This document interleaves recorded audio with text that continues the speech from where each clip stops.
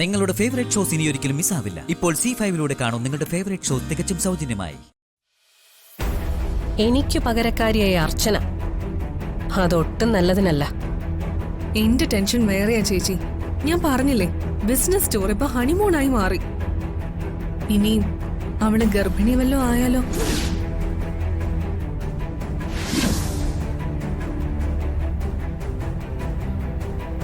നമ്മുടെ ഇപ്പോഴുള്ള ഈ സമയദോഷം വെച്ച് അവൾ ഇരട്ട പ്രസവിക്കാൻ വരെ സാധ്യതയുണ്ട്.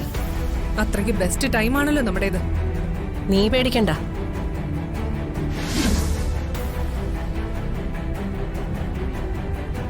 നാളെ ഈ സമയത്ത് അർച്ചന ഇവിടെ ഉണ്ടാവും. അതെങ്ങനെ?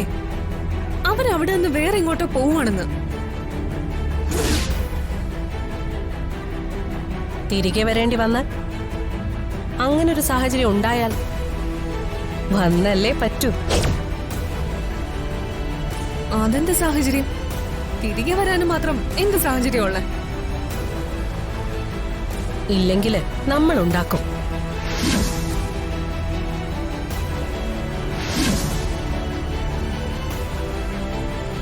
ഹലോ, നിങ്ങൾ എവിടെയുണ്ട്? പിന്നെ താനെന്ത് വിചാരിച്ചു? ഞാൻ തന്നെയും കൂട്ടി അവിടുന്ന് ഇവിടെ വരെ വന്നത് ഈ കോൺഫറൻസ് അറ്റൻഡ് ചെയ്യാൻ വേണ്ടി മാത്രമാണെന്നോ?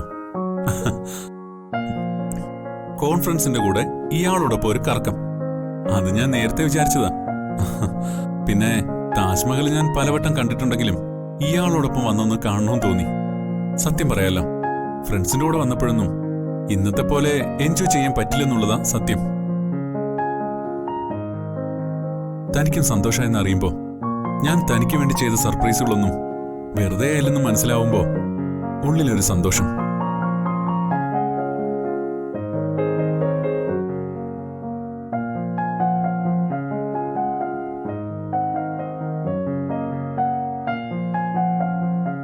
എന്താ പെട്ടെന്നൊരു ആലോചന? അല്ല സച്ചേട്ടാ, ഇപ്പൊ കുറെ ദിവസമായിട്ട് എന്റെ ജീവിതത്തിൽ നടക്കുന്നതൊക്കെ ഞാൻ ആരോടോ പറഞ്ഞതുപോലെ എന്റെ ഉൾമനസ്സിൽ എവിടെയോ ഇതൊക്കെ ഉണ്ട്. ആറ്റുകാൽ ക്ഷേത്രവും താജ്മഹലും ഒക്കെ പോണോന്ന് എന്റെ ഉള്ളില് എവിടെയൊക്കെയോ ഉണ്ടായിരുന്നതുപോലെ.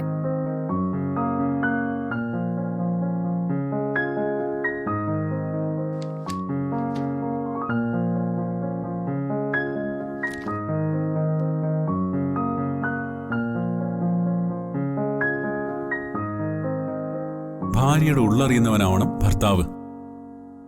തന്റെ ഉള്ളിലുള്ളതൊക്കെ ഞാൻ മനസ്സിലാക്കിയെന്ന് കരുതിയാ മതി. എങ്കി പറയാ, എനിക്കിപ്പൊ തോന്നിയ കാര്യം എന്താ?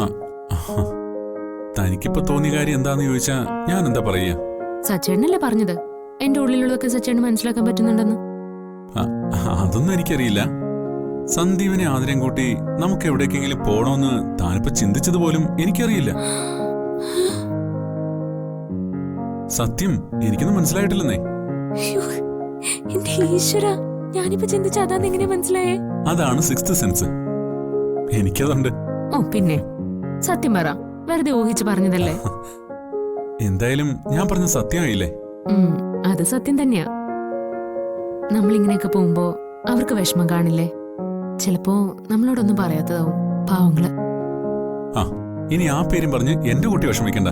തിരികെ നാട്ടിലെത്തിയാലുടൻ അവരെയും കൂട്ടി നമുക്ക് എവിടേക്കെങ്കിലും പോരെ? മതി. ആ, സച്ചേട്ടി ചെന്ന് ഫ്രഷ് ആയിട്ട് വാ. അപ്പോഴേക്കും ഞാൻ എല്ലാം പാക്ക് ചെയ്യാം. അല്ല, അതിന് താനോടെ പോകുന്നു? നാളെ രാവിലെ നമുക്ക് തിരികെ പോണ്ടേ? അതിന് ടിക്കറ്റൊക്കെ ഞാൻ എപ്പോഴേ ക്യാൻസൽ ചെയ്തു. ഇവിടുന്ന് നമ്മൾ നേരെ കുളു മണാലി. അവിടുന്ന് എവിടെ പോകണമെന്ന് നമുക്ക് അവിടെ ചെന്നിട്ട് തീരുമാനിക്കാം. ഇന്ന് ചെല്ലാന്നല്ലേ നമ്മള് പറഞ്ഞത്? അപ്പൊ അത് അവരെ അറിയിക്കണ്ടേ? ഇല്ലെങ്കിൽ അവർക്ക് ടെൻഷൻ ആവും. അതൊക്കെ എപ്പോഴേ ഞാൻ വീട്ടിൽ വിളിച്ച് പറഞ്ഞു കഴിഞ്ഞു. നമ്മൾ എന്തായാലും ഇന്നോ നാളെയോ ഒന്നും തിരികെ പോകുന്നില്ല. പിന്നെ വേറൊരു കാര്യം ഞാൻ പറയാൻ മറന്നു. ഈ മേക്ക് ഓവർ അടിപൊളിയായിട്ടുണ്ട്. തന്നെ സാരിയിൽ മാത്രമല്ലേ ഞാൻ കണ്ടിട്ടുള്ളൂ, ഇത് തകർത്തു കളഞ്ഞു. എങ്ങനെ തകർക്കാതിരിക്കും? എന്റെ ഭർത്താവിന്റെ ഇഷ്ടപ്രകാരം എനിക്ക് വാങ്ങിച്ചു തന്നതല്ലേ.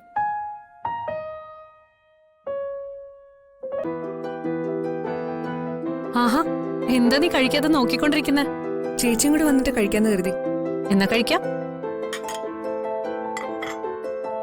ചേച്ചി, ആ അർച്ചനയെ തിരിച്ചുകൊണ്ടുവരുന്ന കാര്യം എന്തായി? ഡൽഹി എയർപോർട്ടിൽ നിന്ന് തിരുവനന്തപുരത്തേക്ക് പറക്കുന്ന ആദ്യ ഫ്ലൈറ്റിൽ അർച്ചന ഉണ്ടാവും, കൂടെ സച്ചി. ഞാൻ പറഞ്ഞില്ലേ നിന്നോട്, നാളെ ഈ സമയത്ത് അർച്ചന ഇവിടെ ഉണ്ടാവുമെന്ന്. ചേച്ചി അതിനു വേണ്ടി എന്താ ചെയ്തേ? ഞാൻ കൂടുതലൊന്നും ചെയ്തില്ല. വഴിയരികിൽ കണ്ടൊരു കാര്യം ഞാൻ അർച്ചനയോട് ഫോൺ ചെയ്ത് പറഞ്ഞു, അത്രേ ഉള്ളൂ. വഴിയരികിലെ കണ്ട കാര്യോ? എന്താ അത്? നമ്മുടെ ഈ റോഡ് സൈഡിലൊക്കെ ചില വയ്യാത്ത ആളുകളെ കാണുമ്പോ പാവം തോന്നില്ലേ? അങ്ങനെ ഒരാളെ ഞാനിന്ന് കണ്ടു. അത് അർച്ചനെ വിളിച്ച് പറയുകയും ചെയ്തു.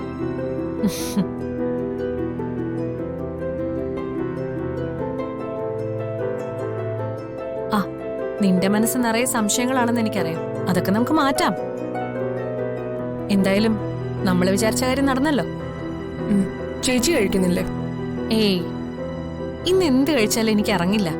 കാരണം സന്തോഷം കൊണ്ട് ഫുൾ ഫില്ല. വിചാരിച്ചത് അതേപടി നടന്നതിന്റെ സന്തോഷം. അർച്ചനെ എന്റെ മുന്നിൽ മുട്ടുകുത്തിച്ച് നിർത്തും ഞാൻ.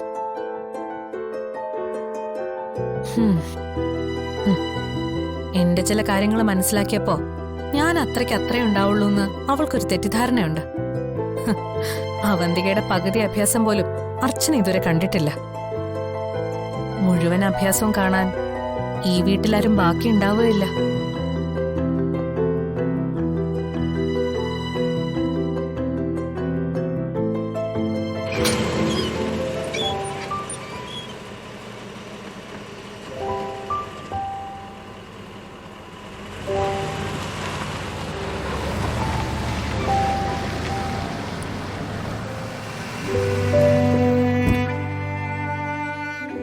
പതുക്കെ പതുക്കെ.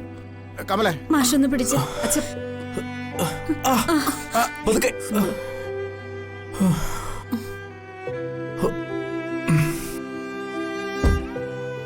എന്നാലും ടീച്ചർ, ഞങ്ങളോട് എന്തിനാ ഈ ക്രൂരത? ഇത്രയും കാലം കുടുംബത്തില് ബുദ്ധിമുട്ടേ ഉണ്ടായിരുന്നുള്ളൂ, ഇപ്പൊ ഇത് കൂടിയായി. നീ ഈശ്വരനെ കുറ്റപ്പെടുത്താതെ കമലേ. ഇത്രേ പറ്റിയുള്ളൂ എന്നോർത്ത് നന്ദി പറയ കമലേ. നമ്മൾ ഇവിടുന്ന് ഇറങ്ങുമ്പോ എന്തുമാത്രം ആധിയിലാ പോയത്. പതുക്കെ പതുക്കെ പതുക്കെ. പേടിച്ചതുപോലും സംഭവിച്ചില്ലല്ലോ. മോളെ, നീ അവനെ അകത്തോട്ട് കൊണ്ട് കിടത്ത്. കുറച്ചേരം വിശ്രമിക്കട്ടെ.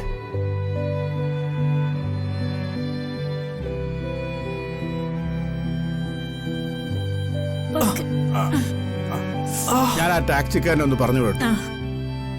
അനുപേട്ട, മീരെ, നീ കൊച്ചിനെന്തെങ്കിലും കഴിക്കാൻ കൊടുക്ക. എനിക്കൊന്നും വേണ്ട അച്ഛാ. അതെന്താ മോളെ? ഓ, ഒരു ഹാപ്പിയും ഇല്ല.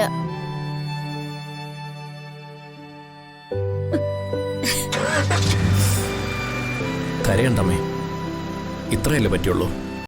ഡൗൺലോഡ് ചെയ്യൂ C5 ആപ്പ്. കാണൂ എല്ലാ എപ്പിസോഡുകളും സൗജന്യമായി.